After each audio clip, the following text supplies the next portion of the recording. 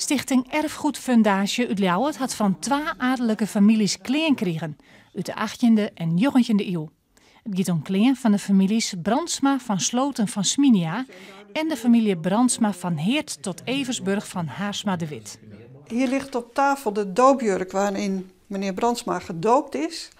En als ik daarnaar kijk, dan denk ik van in 1943, in de oorlog, is er vast niet zo'n doopjurk te koop geweest. Want hij is helemaal met de hand gemaakt. En het is of van zijn vader of van zijn grootvader geweest. De stichting is heel wies met de kleen, omdat het een soort vertelt door de skiertnis van textiel, maar ik hoor het sociale. Hoe roemen mensen daarheen in die tijd? En in dit geval benamen langjaren. We hebben ook een prot textiel op het gebied van boerenkleen, maar dit is een hele mooie aanvulling en voorbeeld voor gooi het net voort. Bewaar het en laat het terug eens beschouwen. De kleen zullen in de toekomst te zien wezen in Vogelzangstaten in Vinkleerster.